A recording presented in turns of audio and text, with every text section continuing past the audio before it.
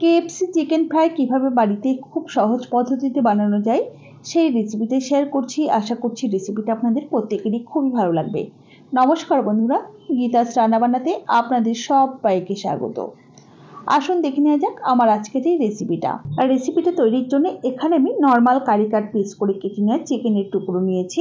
এখানে কিন্তু হাড় ছাড়া এবং হাড়যুক্ত মাংস রয়েছে। আপনারা চাইলে কিন্তু নিজেদের পছন্দ মতো চিকেনের টুকরো নিতেই পারেন।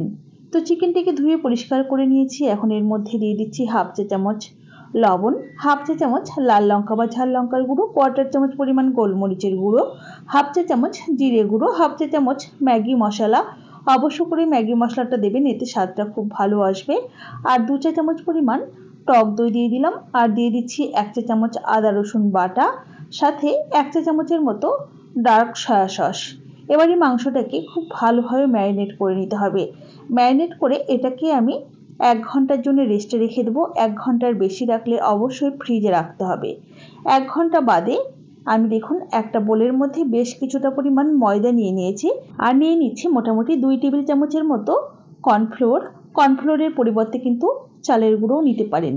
দিয়ে দিচ্ছি অল্প পরিমাণ একটু নুন, আর হাফ টিস্পুন গোলমরিচের গুঁড়ো, আর হাফ টিস্পুন লাল লঙ্কার গুঁড়ো, সাথে হাফ টিস্পুন ম্যাগি মশলা দিয়ে দিলাম। এতে কিন্তু স্বাদটা খুব ভালো আসবে। এই শুকনো উপকরণগুলোকে খুব ভালোভাবে মিশিয়ে নিলাম। আর এবারে দেখুন একটা করে ম্যারিনেট করে রাখা চিকেনের টুকরো নিয়ে এই যে কর্নফ্লোর আর ময়দার মিশ্রণের মধ্যে এরকমভাবে কোটিং করে তারপর জলে হালকা করে ধুয়ে নিতে হবে। এই যে দেখুন একটা পাত্রে জল নিয়েছি।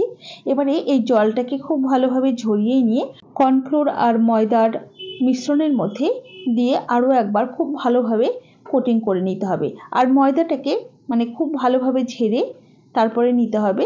তো এইরকমভাবে আমি সমস্তগুলোকে রেডি করব। আর একটা একটা করে গরম তেলের মধ্যে আমি ছাড়তে থাকবো। গ্যাসের ফ্লেমটা হাইতে আর মিডিয়ামে রেখেই নাড়াচাড়া করে উল্টে পাল্টে এই কেএফসি চিকেনগুলোকে ভেজে নিতে হবে বা ফ্রাই করে নিতে হবে।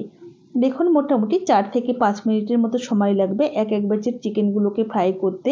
প্রথম ব্যাচের চিকেন ফ্রাইটা হয়ে গেছে, আমি তেল ঝরিয়ে তুলে নিচ্ছি। একই রকমভাবে দ্বিতীয় ব্যাচের চিকেনগুলোকেও আমি ফ্রাই করে নেব।